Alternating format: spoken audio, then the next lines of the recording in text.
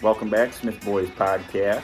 We got a heavy day of football today on a Saturday, brother. Yep. We got pregame analysis of Alabama versus LSU. Big game. Big game tonight. Not the biggest game, though. And it ain't Tennessee and Georgia. It's Michigan Rutgers. That's the big game. No. Alabama LSU will be the game that determines who is in control of the SEC West. So if LSU wins, they control their own destiny to go to the SEC title game to represent the West. Alabama wins, they control their destiny to go on to the SEC championship game to represent the West. So all of the marbles are pushed into the table. And all the chips. Ohio State is losing right now to Northwestern. They sure are. Into the second quarter. They sure are. 7-0. And it's at Northwestern. It's a nasty weather. 25-mile-an-hour winds out of the south end zone. So Dwayne Haskins, or not, I always go Dwayne Haskins. C.J. Stroud not playing too well. They're running today. the ball. Ohio State went for it deep in their own territory on fourth down. Did not get it. Northwestern stuff. Why don't we do this, brother? We'll give a little shout out to Uncle Bill before we break into the Alabama to the Commander-in-Chief Bowl. For Alabama LSU breakdown analysis here, we'll do a little bit of that way they ain't got to wait till the end. Air Force and Army analysis. Yeah, Air Force Army. Uncle Bill and our cousin Brandon they're Air Force guys. Okay, so we're Air Force guys. Grandpa was an Army guy.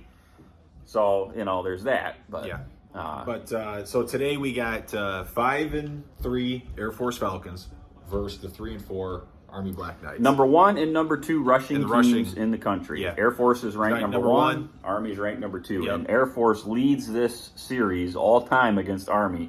33-16-1. There was one tie between the two. But the last 5 years, though, Army has kind of dominated. It's been 4 of the last 5. They did. And that one win that Air Force had was in 2019.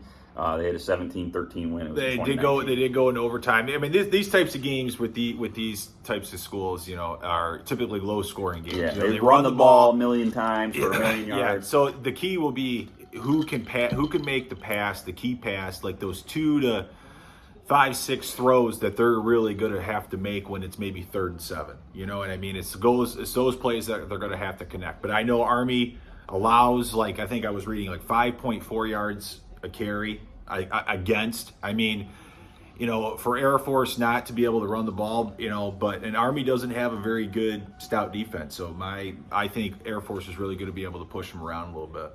That's my prediction. I think I agree it's with that. still going to be low scoring. I agree with that. I think the tides have turned a little bit. Like you said, Army won 4 of the last 5. I think Army's kind of had their number. So, I want to be an Air Force guy and pick Air Force to win this game. But I don't know how a Falcon beats a Black Knight. I don't know. I'm going with the Falcons. Your brother's going with the Falcons? Yeah, I'm going with Falcons. I'm going to say 21-17 Air Force. My heart's telling me Air Force, but my brain is telling me Army in this game. But you know what? What the hell? We're the Smiths. I'm going to roll with the Falcons. Give me Air Force. Air Force. Okay, what's your prediction? Give me... What's your prediction, brother? 17-10 Air Force. All right. 17-10, 21-17. Okay. All right. Now that that's done... So Uncle Bill can turn it off now. Yeah. We're going to break into some Alabama and LSU analysis here. Yeah. And I want to start this off with... This is for all the marbles right now, baby. If Alabama wants to prove... On the West. Well, if Alabama wants to prove that they're for real, West. Shut your mouth. I'm holding the microphone, you bums! Keep your mouth shut! If Alabama wants to prove that they're for real, and that loss to Tennessee didn't mean nothing, and we're still in it to win it, they have got to not just beat LSU tonight. I don't want a stressful... close. You're gonna get one. I don't want. You're gonna get one. You say that. I don't think I'm so. gonna have the easy, carefree, and this is gonna be one of those games where we're gonna have to flip back and forth. That was me last week. The easy game, the easy stress-free because Bama was off and Michigan played Michigan State. Yeah, my heart rate won't even get over 58. I'll be almost comatose sitting in that watching the Michigan game because it's going to be a heavy dose of Blake Corum, and that's about it. That's fine with me. I got Blake Corum in fantasy, so Yeah. that works for me. So you're going to have a very stressful night. I'm predicting an LSU win. I'm going to spoil it right now. I'm predicting an LSU win. God? Alabama don't travel very well. It's apparent they don't travel very well. I don't think they've lost a game in Death Valley since like 2010. No, I was looking at that. So LSU has not won, or no, Alabama's won 10 of the last 11 games in this series. Okay, you little pimply little shit. And the one game was in 2019. When we went to. So I don't know. I think this is going to be a different game tonight, this whole narrative of like Alabama doesn't play well in Death Valley, I don't know where you're getting it from because we pretty much kicked their ass every year in Death Valley. LSU didn't have Brian Kelly. Give me. See, that's the one thing I worry about is Brian Kelly wants a signature win this year. And he wants that signature win. But I think that loss to Tennessee, I think that woke up Alabama. Bryce Young came out and said that there's a whole new focus to this team because we know what time of year it is. Did they really play that well against Mississippi State? Because they didn't run the ball very well. No, but they didn't. They did what they needed to do. Their defense was the concern in that game because Mississippi State is that high-scoring, high-octane, air raid offense, and they didn't score a point until the last play of the game where they scored a touchdown. Yeah, but Alabama shut them out. Yeah, okay.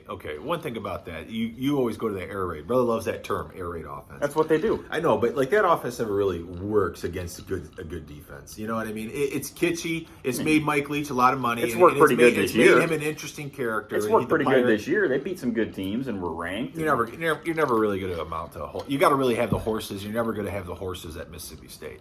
But LSU has the horses. Jaden Daniels has played pretty well this season. Took him a while to get going. One guy that needs to get going is Kayshon Boutte. He's got to be unleashed. That's really his name, Boutte. Yeah, because he could be unleashed in this game because Tennessee. Who was the guy at Tennessee that ran all over 200 yards, five touchdowns? Yeah, but Eli Ricks wasn't playing in that game. Regardless, Eli Ricks is back. He's playing for Alabama, all that, and he showed up against Mississippi State and made a ton of great plays. And he's going to be on Kayshon Boutte, who are good friends, by the way, because Eli Ricks. Yeah, Eli Ricks. He was from LSU. He transferred from LSU to Alabama. Oh yeah, that's right. So they know each other real well. They're good friends. But I'm more interested in the key statistic to me for this game tonight. What's that, brother? I'm going to tell you. LSU is 117th in the country in sacks allowed. They've given up 26 sacks this season, and that is a problem when you got number 31, the Terminator.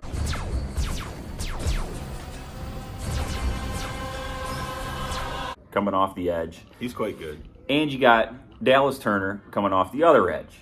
So if you're already terrible in pass protection and you got to face those two guys, I do not envy you in the pocket tonight. I do not. I do not envy you. Let me throw a little. I expect a lot of pressure and a lot of pain for Jaden Daniels tonight. So you guys still got to play Ole Miss yet, right? Next week. Next week. Okay. Yeah. Well, let me tell you what Ole Miss did. Then we got a cupcake, and then we got Auburn. Let me just tell you what LSU did to Ole Miss last weekend. Well, I bet they went. They did. That's what LSU did to Ole Miss. Both teams had byes last week. LSU's getting right at the right time. LSU's been cooking. Both teams had 2 weeks to prepare for this game. But also, I like looking at the offensive statistics. They're all pretty even, especially in the passing game. LSU's been putting up some points, though. They got 45 points against Ole Miss, 45 against Florida. Yeah. The Bama run game, this is what I was getting at a little earlier. 27 carries for 29 yards against Mississippi State. I look at that, and I think LSU's licking their chops. I think this is going to be one of those games. Well, again, they're going to force Bryce Young. I think LSU's going to try to force Bryce Young to win this game. And you're going to see Harold, what's his name? Harold Perkins, this freshman linebacker that LSU's got. And the BJ Uluwariye or whatever his name is. LSU is 67th in the country in rushing defense. So they're LSU's 67th in rush defense. They give up 150 yards a game on the ground. And Alabama's 18th in rushing. They rush for 210 yards a game. So that's a pretty good matchup for Alabama. So what was with Mississippi State only holding them to 29 yards?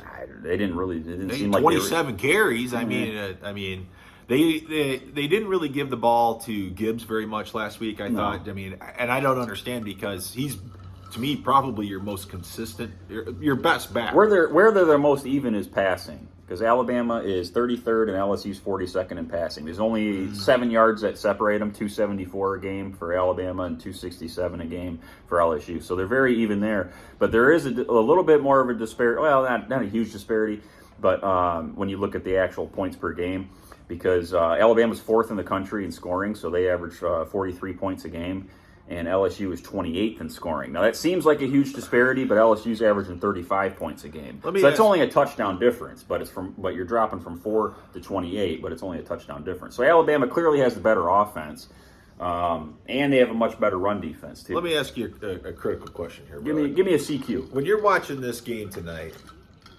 what's going to make you nervous? What's going to be when you're first watching this game and Jaden Daniels. What's going to make you concerned right off the bat? Where you're watching it and you're like, oh boy, Jaden Daniels. This can't go on all night. Jaden Daniels. Okay. Jaden Daniels scrambling with his legs is what makes me nervous, because this guy runs like the wind, baby. Well, he runs like a gazelle. 121 yards against. He's Mississippi fast. State He's a good runner. last week. He's Ole Miss. His first instinct is almost not to throw the ball. He's one of them scrambling QBs that drops back, looks for like 2 seconds, and if nothing's there, he takes off running. So He's fast. He's fast. He's good. He was one of the highest recruits coming out of high school when he went to Arizona State, where he originally went and played for a couple. Why would he go to Arizona State? I don't know. They were supposed to have some high octane offense, and under Herm Edwards, he was he was kind of showed glimpses of being who he was supposed to be, but never really lived up to the potential at Arizona State.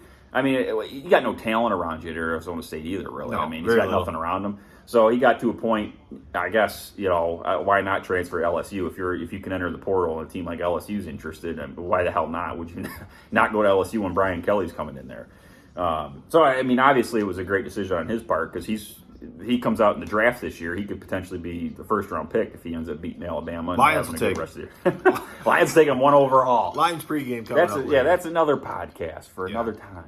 All right, so Jaden Daniels scares you. Jaden Daniels scares me a lot. He's pretty much, I would say, other than Kayshon Boutte, who is like number 1 or 2 best receivers in the country. Jaden Daniels scares me more than Boutte, because he's the guy that throws the ball to him. So Daniels is a guy, though, that can make mistakes. But his legs scare me, the way he can run. That's what scares me the most. So if we can have somebody spying him most of the game, I think we'll be okay. But I don't know what it is. I've been nervous about some of the last couple weeks, but I think Alabama has woken up. I kind of expect a surprise ass whipping tonight. I kind of expect LSU to get a mud hole stomped in their ass. I don't see that one bit. I kind of expect it. I don't know. That's just where I'm going. I think it's going to be a nail biter right down to the very end. Yeah, I'm thinking maybe not down to the very end, but it's going to be a close game. I'm thinking like 42-20. Alabama just. Nah.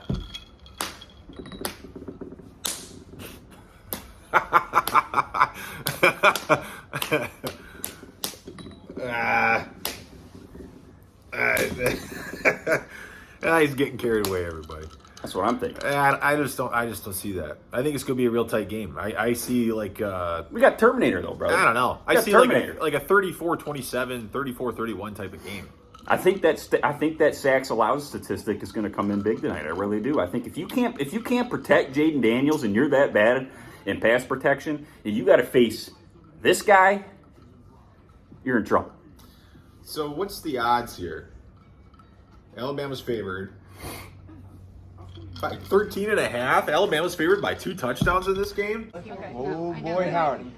You got to be kidding me. I believe Alabama was like I think going into this year was like the first team in college football history that was favored by like 2 scores or more in every game. You got to be shitting me. I'm pretty sure something like that. Over under 56. I think that's low.